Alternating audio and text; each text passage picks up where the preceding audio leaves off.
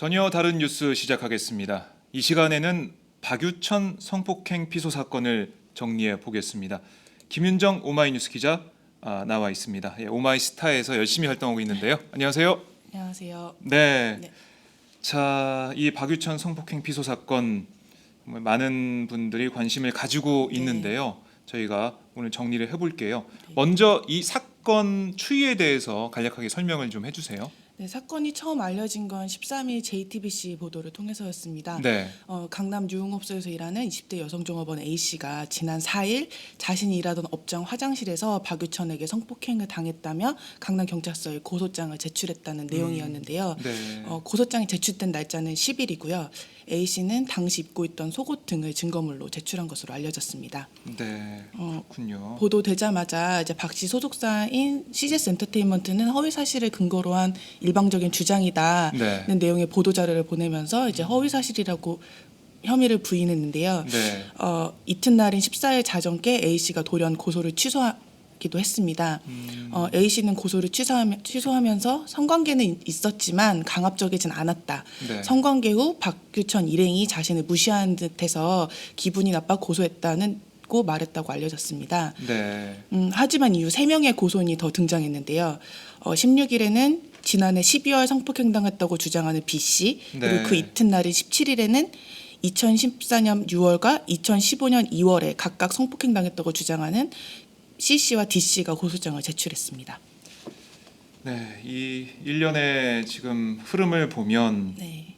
박유천 씨가 피소가 되면서 이게 알려졌는데 사실 더 충격적이었던 거는 이런 비슷한 피해자라고 주장하는 사람들이 3명이나 더 네. 고소장을 제출했어요. 그래서 충격이 더 컸었는데 사실 이번 사건은 한류 스타이자 인기 아이돌 그룹 멤버의 성추문 사건이라는 것 외에도 이런 부분이 좀 화제가 됐었죠. 네네, 바로 4사건이 공통점이 있는데요. 4명의 여성 고소인이 모두 유흥업소 종사자였고 그리고 성폭행 피해 장소로 모두 화장실을 지목했습니다. 네. 세 번째 고소인인 C 씨의 경우에는 유흥업소에서 만나서 박유천 씨 집으로 이동해서 그 집 화장실에서 성폭행을 당했다고 주장했고요. 나머지 3명은 모두 자신이 일하던 업소 화장실을 피해 장소로 지목했습니다.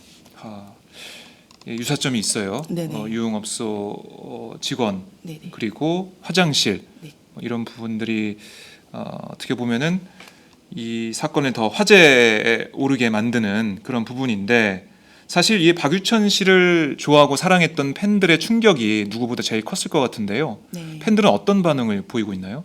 일단 사건 초기에 첫 번째 고소인이 등장했을 때까지만 해도 그 네. 팬들은 박유천 씨를 신뢰하는 분위기였습니다. 하지만 분위기가 급반전된 건 두 번째 고소인이 등장한 16일부터인데요. 네. 일단 첫 고소 사건과 사건 정황이 비슷했고 두 번째 고소인의 경우 시일이 꽤 지난 상태였지만 당시 112에 신고했다는 기록이 확인되기도 했고 또 그 사이에 박유천 씨가 출입했다고 알려진 업소가 어떤 성격의 곳인지에 대한 내용이 보도되면서 여론도 급속도로 악화됐습니다.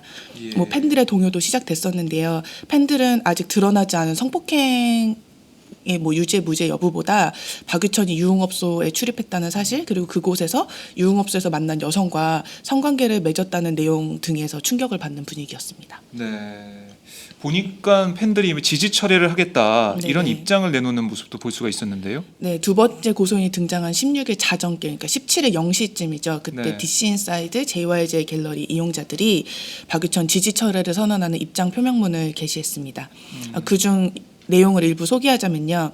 JYJ 갤러리는 2009년 전 소속사와 불공정 개혁에 맞서는 3명을 지지해왔다.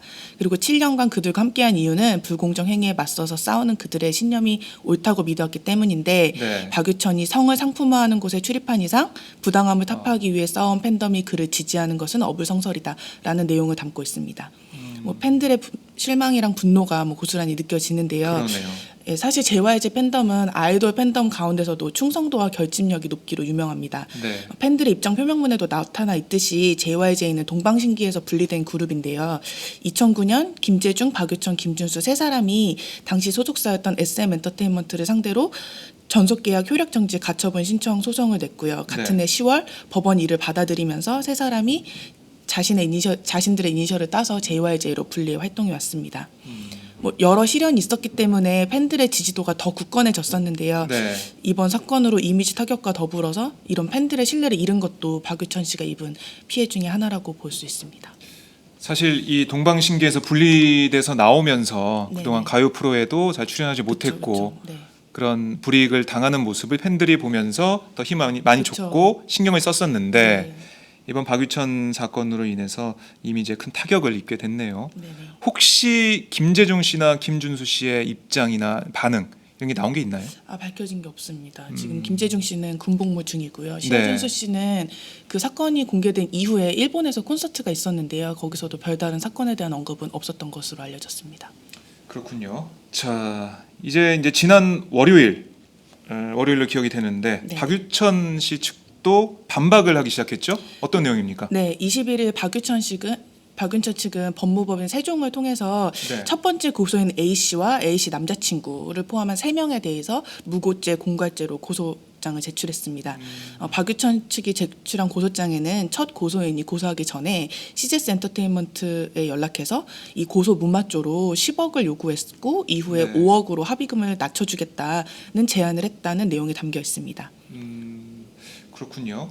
이 무고죄로 이제 맞대응에 나선 네네. 건데 눈에 들어오는 게 이 법무법인 이름이에요. 네. 이 법무법인 세종 법률 대리인으로 대형 로펌을 선택했네요. 네, 이번 사건의 법률 대리인은 네. 그 세종 로펌의 임상혁 변호사인데요. 네. 임 변호사는 앞서 언급했던 JYJ와 SM의 전속 계약 소송 당시에 JYJ 측 소송 변호를 맡아서 승소로 이끌었던 분입니다. 네. 그리고 유승준의 최근 행정소송이나 그리고 행정소송을 맡고 있기도 하고요. 또 예전에 제시카가 소녀시대에서 방출되기 전에 이 임 변호사를 만났다는 사실이 알려지면서 그룹 탈퇴를 준비하고 있었던 게 아니냐는 의혹이 불거졌을 만큼 연예계 전문 변호사로 알려져 있는 인물입니다. 그렇네요. 뭐 연예계 소송을 뭐 전담하는 네네. 전문가 이렇게 좀 볼 수가 있는데, 자, 그럼 무고 고소는 첫 번째 고소인에만 해당되는 건가요? 아니면 뭐 두 번째, 세 번째, 네 번째 일단 여기에 현재까지는 대해서는 첫 번째 고소인한테만 고소가 진행된 상태고요. 이거는 첫 번째 고소인이 고소를 취소하면서 강압적인 성관계는 없었다고 얘기했기 때문에 어쨌든 무고로 네네 무고가 가능하다는 입장인 것 같고요. 네. CGS 측은 두 번째, 세 번째, 네 번째 고소인에 대해서도 사실이 확인되는 대로 추가로 무고죄, 명예훼손 등 고소를 하겠다는 입장입니다. 네, 사실 이 박유천 사건이 계속해서 뭐 확대 재생산된다고 네네. 할까요? 뭐 진실이 어떤 건지 좀 알 수 없는 그런 상황까지 좀 몰리게 되고 있는데 네네. 이번 사건에 조폭이 개입됐다는 논란도 있어요. 이건 어떤 건가요? 네, 사건에 조폭이 개입됐다는 내용이 처음 언급된 건 16일 디스패치의 보도 내용 때문인데요. 네. 디스패치에 따르면 당시 A 씨가 그 CGS 측과 만났을 때 그 자리에 그 CGS 엔터테인먼트 대표의 아버지가 동석했다는 내용을 보도했는데요. 네. 문제는 그 CGS 엔터테인먼트 대표의 아버지입니다. 그 아버지가 전 양은이파의 핵심 간부였다는 사실이 알려졌는데요. 네. 하지만 이 백 씨가 사건 협의 과정에서 어떤 물리적이나 뭐 심리적 위협을 가했는지 여부에 대해서는 뭐 알려진 내용이 없습니다. 또 그 A 씨 일행 중에 한 명이 또 자신의 폭력 조직 조직원이라고 밝혔다고도 했는데요. 경찰에 따르면 경찰의 관리를 받는 조직은 아니라고 알려졌습니다. 아니 그러니까 그 무고죄로 고소된 첫 번째 네네. 그 피해자 A 씨가 그 일행 중에 한 명이 폭력 조직 조직원이 있다라는 네네. 것까지는 확인이 된다는 거죠, 경찰에 의해서. 네, 이런 보도가 여러 건 있어 왔고 또 네. 경찰의 입장은 경찰의 관리를 받는 조직은 아니다. 관리를 받는 조직은 음. 아니다라는 그러니까 입장. 큰 조직은 아니다. 뭐 네네. 이런 얘기인데요. 조선일보 보도도 뭐 좀 비슷한 내용이 있었던 네. 것 같은데요. 어떻습니까? 조선일보는 그 예. 함께 고소당한 황 씨에 관련된 그 A 씨 남자친구의 인터뷰를 보도했는데요. 네. 그 보도에 따르면 A 씨와 그 A 씨 남자친구 그리고 황 씨 그러니까 황 씨가 그 조직원, 네, 조직원이라고 네. 주장하는 그 세 명이 함께 그 협상 테이블에 앉았었고 그리고 그 자리 앉았었지만 이후에 A 씨가 고소를 취소하면서 이제 황 씨가 나에게 말하지 않고 네. 합의금을 받은 것이 아니냐는 쪽으로 이제 A 씨와 A 씨 남자친구를 뭐 추궁하고 있다. 네. 그래서 지금은 관계가 틀어진 관계다라고 주장하고 있습니다. 참이 복잡하네요. 그렇죠. 예. 많이 복잡합니다.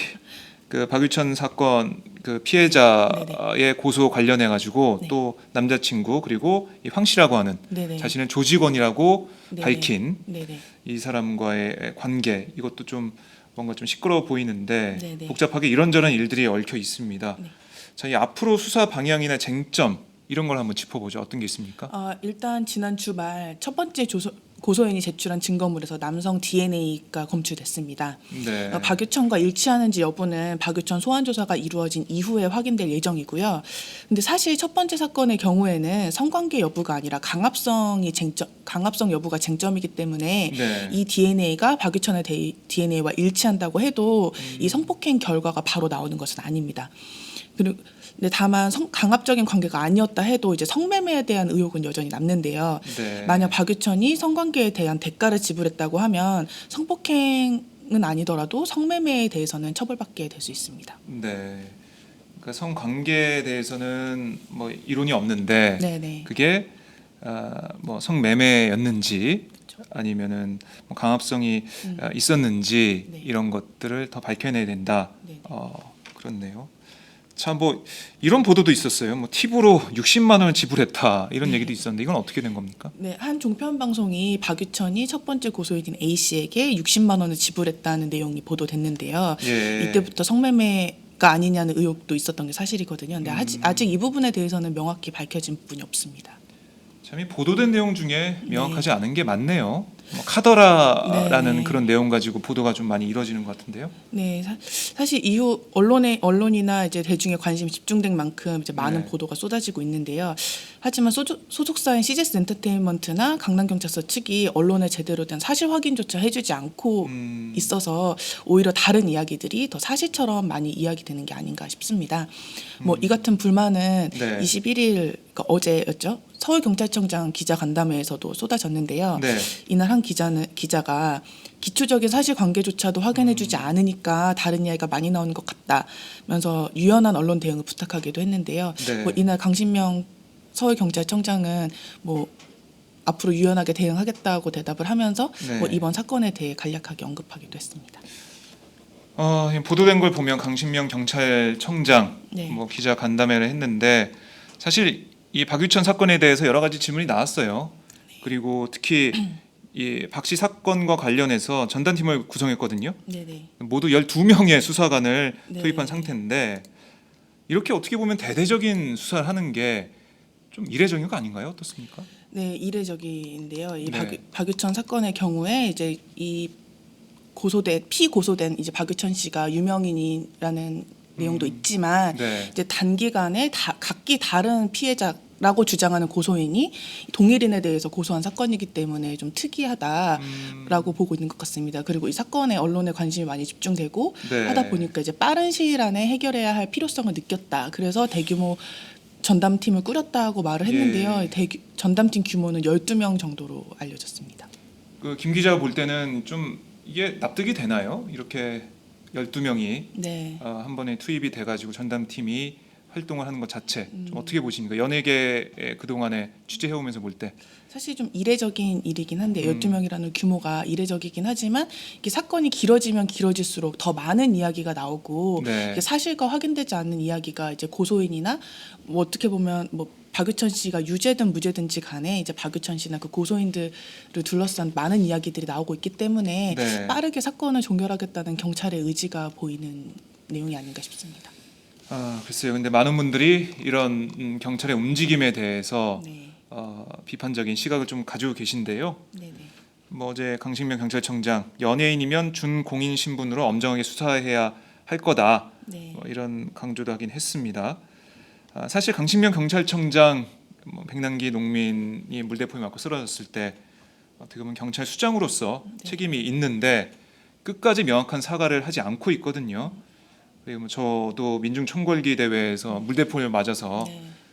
강신명 청장의 사과를 요구했지만 네. 강 청장의 사과는 들을 수가 없었습니다.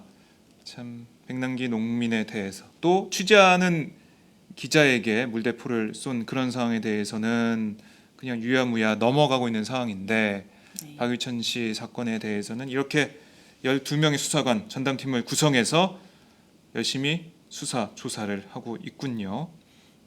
참 조금 씁쓸한 부분이기도 한데요. 네. 네, 자 박유천 사건 어떻게 결론이 날지 이게 계속 논란이 이어지겠네요. 보도가 보도에 꼬리를 네. 물고 나오고 새로운 정보나 의견이나 주장이 나오면 또 거기에 또 보도가 있을 테니까요. 네. 예, 김 기자가 바쁘겠습니다. 네. 네, 오마이스타 네. 박유천 사건뿐만이 아니고 다른 연예계 뉴스도 생생하게 전해주시면 고맙겠습니다. 네. 네, 오늘 말씀 잘 들었습니다. 네. 감사합니다.